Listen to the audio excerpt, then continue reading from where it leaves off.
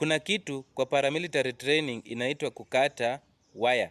Watu wengi wamekata waya. Kukata waya inamaanisha umekuwa training few days, ikakuwa moto, ukaamua kutoroka. Nataka kuadvise ndio next time usikate waya.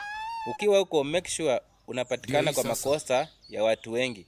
Usipatikane kwa makosa ya mtu mmoja ama ya makosa ya mtu less than 5. Hiyo inaweza fanya ukate waya.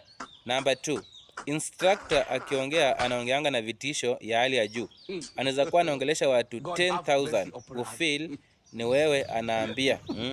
My friend, uoga itafanya ukate waya. So kitu fanye, wacha uoga.